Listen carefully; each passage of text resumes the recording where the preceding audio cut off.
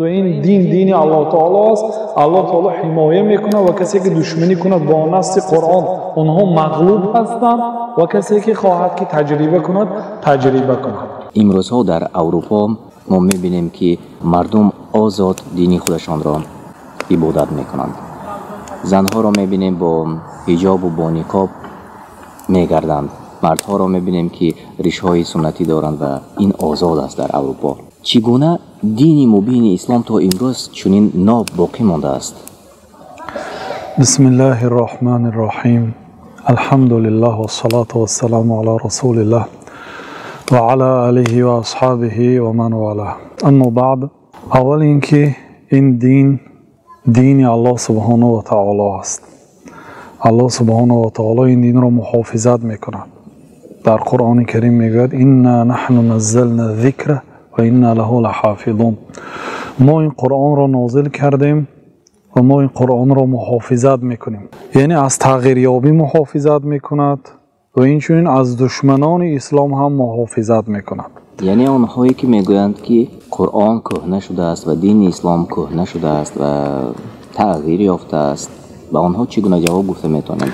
درست جواب گفته میتونیم. قرآن هیچگاه کهنه نمیشد. الله سبحانه و تعالی این قرآن را با نظرداشتی آخری زمان نازل کرده است. تا آخری زمان قرآن هر روز آدمی که علم دارد، خواه علم دین خواه علم دنیا، وقتی که با قرآن نظر میکنه با نظر انصاف میبیند که این قرآن برای همین روز نازل شده است. الله تعالی این دین را محافظت میکند.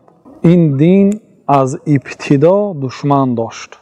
از روزی که پیامبر صلی الله علیه و سلم دعوت کردند، آغاز دعوت کردند، به دعوت شروع کردند، دشمن داشت و این دشمنی به این دین مقدس اسلام تا روز قیامت باقی میماند. الله تعالی میگوید یریدون لیطفئوا نور الله بافواههم والله متم نوره ولو کره الکافرون. دشمنان اسلام میخواهند نور الله تعالی را با پوف خاموش کنند. الله تعالی قرآن را، دین را نور نامید و دشمنان اسلام را به مانند یک پوف برابر کرد. بنابراین حافظ ابن کثیر رحمت الله علیه در تفسیر این آیات گفتند که مثال دین مقدس اسلام مثل آفتاب است و مثال دشمنان اسلام که برای محو اسلام کوشش میکنند به مانند شخصیت هایی هستند که با پوف میخواهند آفتاب را خاموش کنند.